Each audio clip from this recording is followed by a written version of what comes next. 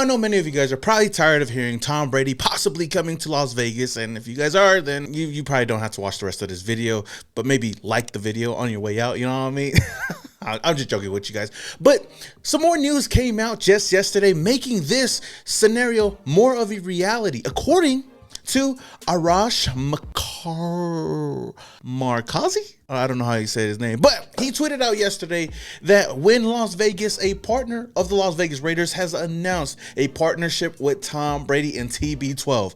Guests can now book an appointment with a TB12 body coach for one-on-one instructions in the TB12 method, the regimen that sustained Tom Brady's champion level play. Now, first of all, I'm gonna need to check that program out with my fat ass, you know what I mean? And second of all, if this doesn't tell you that Brady is going to be coming to Las Vegas, then I don't know what will. Now, I know that there were some people saying that this was something that happened a couple of years ago, but I feel like they closed it recently. That's why this is all news right now. And it's even crazier that this is coming in a season where Derek Carr is not going to be our quarterback and we're going to be looking for a new quarterback. You know what I mean? So I feel like the writing's already on the wall right now. Whether you like it or not, I'm 96.3% sure that Tom Brady is going to be a Raider next offseason. And I understand that there's fans out there saying you're not a real Raider fan if you want Tom Brady to be over here, or I'm not going to be a Raider fan anymore if Tom Brady is going to be over here. Well, you know what? Don't let the door hit you on the way out, because you're definitely not a real Raider fan. It doesn't matter who's going to be at quarterback. It could be Tom Brady, Joe Montana, Jamarcus Russell, Aaron Russell. What? Whoever is out there. At the end of the day, we are Raider fans and we're going to support the players that are going to be here in the silver and black. And to add on to that point, man, shout out to my guy Murph from Raiders Fan Radio, man. I seen a clip that he posted on Twitter. If you guys aren't following them, then you guys definitely should need to go subscribe to their YouTube channel and even listen to their podcast on all platforms. But in this clip, Murph hands down is speaking nothing but facts. Whether you like it or not, Tom Brady didn't make the call. Walt Coleman did. So Tom Brady is not responsible for the tuck rule, okay? Al Davis famously said, just win, baby.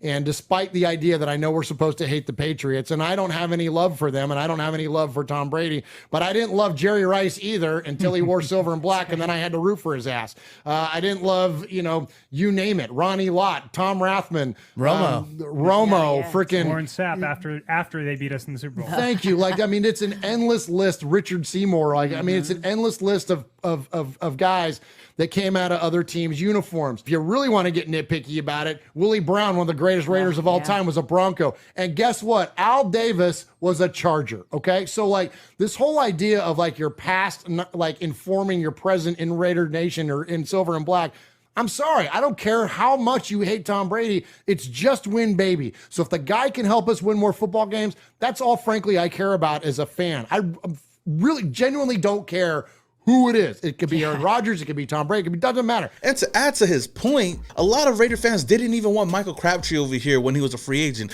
I'm going to be honest with you guys. I was one of the only people that wanted him over here in Las Vegas to be another solid receiver for Derek Carr. I hated him for sure as a San Francisco 49er. I hated him with a passion. But when he was available and there was a lot of talks that he could come over here to the silver and black, I was all for it. And when he came over here, he became one of the best wide receivers in recent years to play in the silver and black, especially for Derek Carr, and alongside of another young up-and-coming wide receiver in Amari Cooper. We had some of our best years with that dynamic duo catching balls from Derek Carr. So miss me with all that bullshit.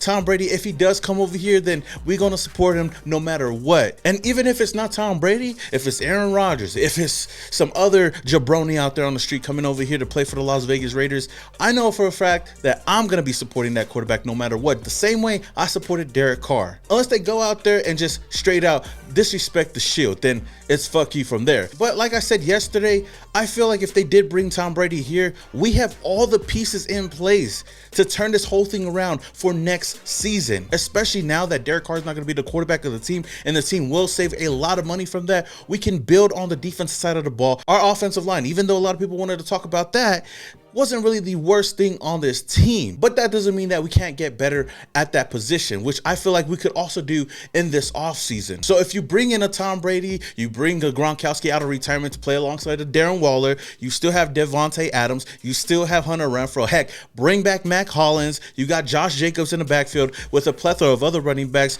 built the offensive line, bring in some young players to help out the defense side of the ball, to help out Max Crosby and Chandler Jones, bring in a secondary that could at least cover discover somebody, then this Las Vegas Raiders team should be good for the future. Now, another case for Tom Brady.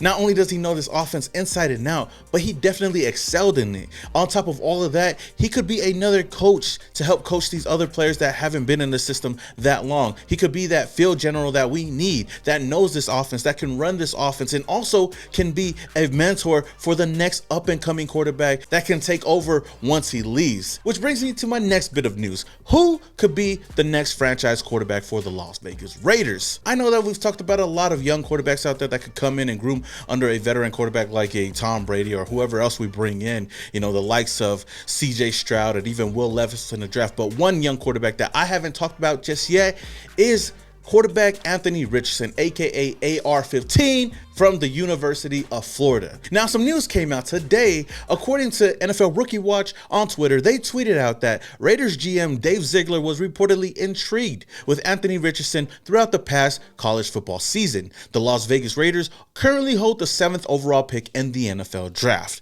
Now, I don't see the Raiders drafting Anthony Richardson with the 7th overall pick, but if he's there at the end of the first round or maybe early second round, then hey, I'm all for it, especially if we trade away Derek Carr and we get some kind of asset back, whether we get a late first round pick, another second round pick, we move up in a draft, who knows? The Raiders have 11 picks in this year's draft, and I'm pretty sure we ain't picking 11 players out there and shit, not even 12. So I know for a fact Josh McDaniels and Dave Ziegler probably got something up their sleeve if they want to get the quarterback of the future. Now, the funny thing is, the last time Josh McDaniels traded up for a quarterback in the NFL draft was when he coached for the Denver Broncos, and he traded for another Florida Gator quarterback in Tim Tebow, who also was number 15. But you know, this would definitely be different.